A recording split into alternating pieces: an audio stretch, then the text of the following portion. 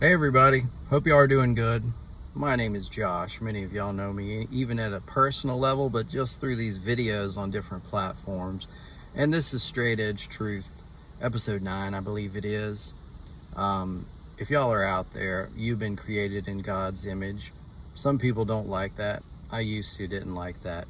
But you're my brothers and sisters, every one of you, and I love you. And this is all coming from the heart, encouragement from the heart, from a place of love, no hatred, no judgment, but just honestly the discernment of the truth that I've gathered from my testimony, and the fact that I've walked so many different paths through different spiritual practices and other religions, and just trying my own thing and found out the failures and sometimes the really dangerous things that happen from that, as far as the rug being pulled out from under me and basically stepping off a cliff without a parachute. And that's what happens many times, especially if you're face to face with things that, are out of our control sometimes, but many times we put ourselves through that with different mental health issues that cause anguish, and not just for ourselves, but those around us. So it is a good idea to get out of the darkness and out of the woods. And while we can play around with the fire through this life, many of us come to that point where we start getting burned, and all we want is to be done with it. And we don't want any more relapses, whether it's just a behavior. It doesn't necessarily have to be something that we think is so big, on a sliding scale, as far as the big problems with addiction, with alcoholism, things like that. It doesn't just have to be that. It's just normal life in general when we are distanced from God, because we are in dangerous waters and we're in the darkness when we're distanced from Him. Because Jesus didn't say the way is wide. He said the way is narrow. Strive to enter through the narrow gate, because wide is the gate and many are those that go through it. Wide is the path that leads to destruction.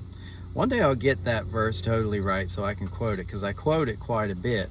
But the nature of what I talk about is just for anybody that's seeking that really wants the truth and what works, because my story is not special. There are a lot of people that have finally found healing from all sorts of issues through Jesus Christ. Not some idea of God, but Jesus Christ, who came to this earth, and His story has not gone anywhere. As we can read about it in the Word of God, in the Bible, from the very words that He spoke in truth to us, what it really means to follow Him, and what truly aligns us with the Father, and what our purpose is, and our identity, truly made in the image of the one true living God. All that goes together to finally find that place of healing where you can stand and you can be strong, because you're being upheld and lifted up, just like a plant that's rooted in, like a tree rooted in a riverbank. And I always go back to that analogy. He who believes in me will have rivers of living water flowing from his innermost being. That's what Jesus said. So we go back to different verses, as far as Proverbs 4:27, Joshua 23:6, I believe it is, to keep your foot from evil, to walk straight ahead. And basically our sinful behavior, it doesn't mean that we're just going to continue with things and that we're going to keep going down those same paths after we should learn, after we get burned. It's just the fact that we stumble a little, but bring your foot right back onto the path. It's important with that. And the nature of walking that, striving to go through the narrow gate and walking that path, honestly looking in front of you and walking in the footprints of Jesus. That's how close you're walking with Him, and keeping your eyes straight ahead. It's that you don't stop. You don't stop short of the goal. You don't stop short at some place where, you feel like I'm better than I was.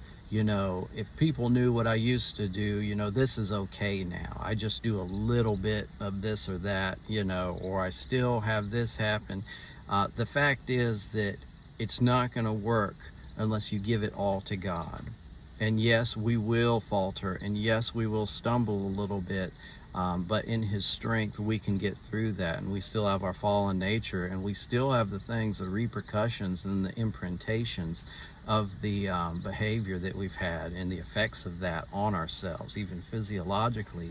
But you truly have to give it all to God. You have to walk that straight line, strive to enter through the narrow gate, and you have to continue going until you truly find who you are and your personality, your identity in him, your purpose, and you truly find that, and you give up everything. And there's many stories, the big things that the world thinks that's just how you are, but that people have given to God, whether it's homosexuality, an identity that they've had their whole lives, whether it's a heavy drug addiction that has totally transformed physical parts of a person's body. And it's like a lot of people would say, well, there's no hope for them, and they've been transformed only by God, only by Jesus Christ.